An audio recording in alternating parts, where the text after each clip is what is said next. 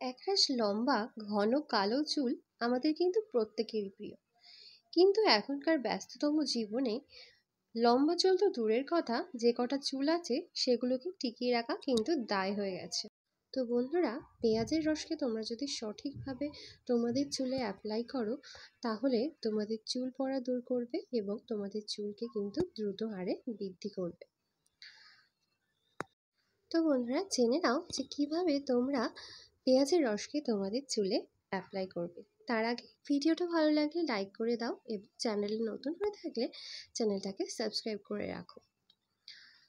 তো বন্ধুরা, প্রথমে তোমরা একটা আস্ত পেঁয়াজ নিয়ে নেবে এবং পেঁয়াজটাকে কিন্তু একদমই ধোয়া যাবে না। দেখো, পেঁয়াজের ওপরের অংশটা কেটে ফেললে ঠিক সাদা এক ধরনের আঠালো পদার্থ বেরোয়। এটাই কিন্তু আমাদের চুলের জন্য খুবই ভালো। চুলের রিগ্রোথের জন্য পেঁয়াজের এই রস কিন্তু প্রচণ্ড পরিমাণে সাহায্য করে। পেঁয়াজটাকে না ধুয়ে খোসা ছাড়িয়ে তোমরা পেঁয়াজের রস বার করে নেবে। গ্রেট করেও নিতে পারো অথবা ব্লেন্ডারে দিয়েও রস বার করে নিতে পারো। এরপরে তোমরা এর মধ্যে দিয়ে দেবে ক্যাস্টর অয়েল।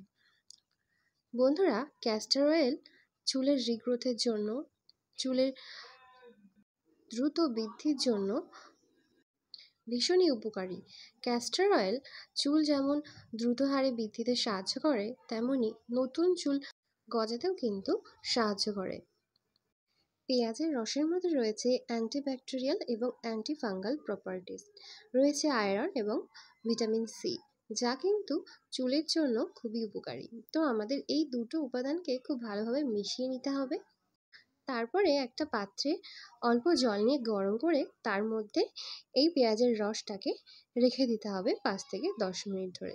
এর ফলে যেহেতু আমরা এর মধ্যে ক্যাস্টর অয়েল ব্যবহার করেছি, ক্যাস্টর অয়েলের ঘনত্ব বেশি হওয়ার কারণে এটা গরম করে ব্যবহার করলে এর ঘনত্বটা পাতলা হয়ে আসে এবং চুলের গোড়া পর্যন্ত পৌঁছায়।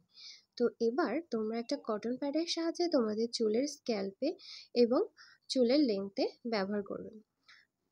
চুলের গোড়ায় খুব ভালোভাবে এই পেঁয়াজের রসটাকে অ্যাপ্লাই করে তোমরা রেখে দেবে আধ ঘন্টা থেকে 45 মিনিট পর্যন্ত। তারপরে মাইল্ড কোনো শ্যাম্পু দিয়ে এটাকে ধুয়ে নেবে এবং অবশ্যই কিন্তু একটা কন্ডিশনার ব্যবহার করবে।